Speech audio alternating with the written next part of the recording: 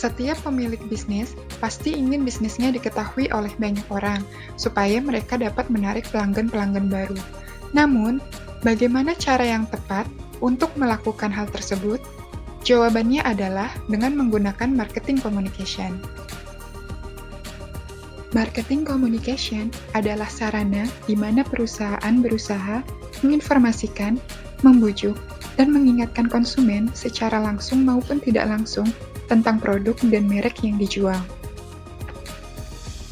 Ada beberapa hal penting yang perlu diperhatikan saat melakukan marketing communication, yaitu 6M. M yang pertama adalah mission of communication, di mana kita perlu menentukan tujuan yang ingin kita capai, di antara lain, to inform, untuk menginformasikan dan menciptakan kesadaran konsumen akan merek, produk, dan layanan yang ditawarkan. Lalu, to persuade, untuk meyakinkan pelanggan bahwa produk atau layanan kita adalah yang terbaik. Tujuannya agar dapat mempengaruhi konsumen untuk membeli produk yang kita tawarkan. Lalu, to remind, untuk mengingatkan pelanggan tentang manfaat dari produk yang kita tawarkan, agar pelanggan tetap loyal dan selalu membeli produk kita. M yang kedua adalah money of communication.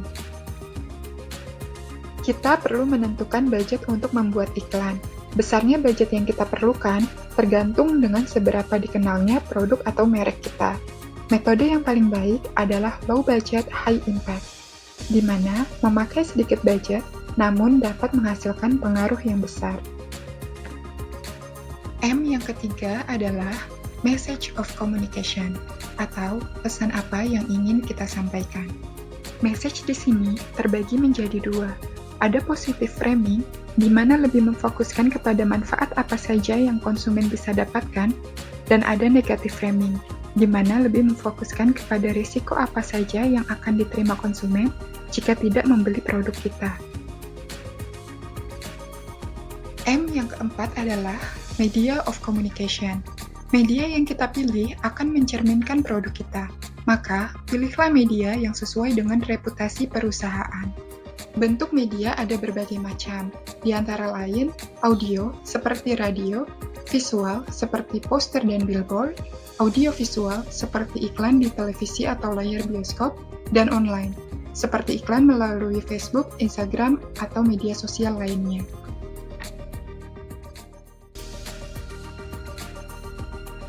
M yang kelima adalah measurement of communication, yaitu kita perlu mengukur seberapa besar pengaruh dari pemasaran yang kita buat. Caranya dengan mencari tahu jawaban dari pertanyaan-pertanyaan berikut ini. Berapa kali konsumen melihat iklan tersebut? Poin apa yang mereka ingat? Bagaimana perasaan mereka tentang isi pesan yang diberikan? Apa persepsi mereka sebelumnya dan saat ini terhadap produk dan perusahaan? M yang keenam adalah momentum of communication. Arti momentum sendiri adalah saat yang tepat. Maka kita perlu melihat pendekatan dan situasi yang sesuai dengan keadaan terkini. Hal inilah yang membuat momentum menjadi penting. Semakin baik momentumnya, maka akan semakin besar pengaruhnya.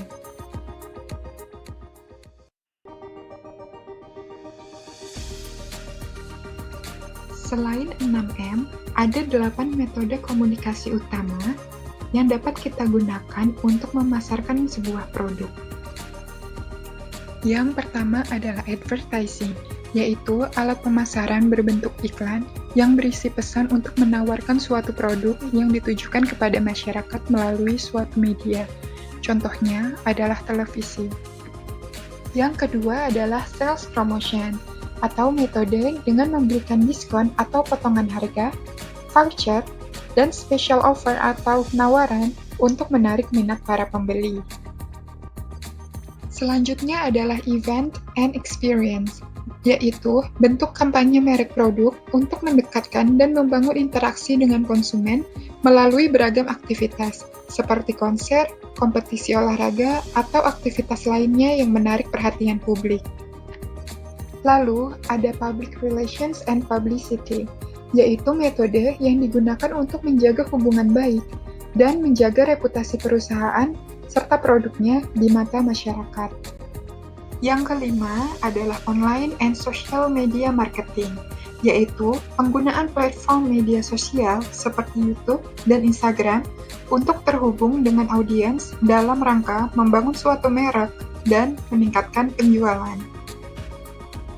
Yang keenam adalah mobile marketing, di mana metode ini memanfaatkan perangkat mobile atau sekarang yang lebih dikenal dengan sebutan smartphone dengan mengirimkan pesan secara massal kepada daftar nomor pelanggan.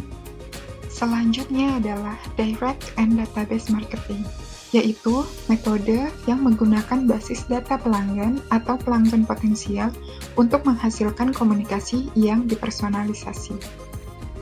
Dan yang terakhir adalah personal selling, yaitu suatu komunikasi langsung atau tatap muka antara penjual dan calon pelanggan untuk memperkenalkan suatu produk dan membentuk pemahaman terhadap produk sehingga calon pelanggan akan mencoba untuk membelinya. Dengan menggabungkan 6M dengan baik dan memilih metode yang tepat dan sesuai dengan tujuan dan audiens kita, maka marketing communication dapat dikatakan berhasil. Sekian informasi dari kami, semoga bisa memberi manfaat bagi kita semua.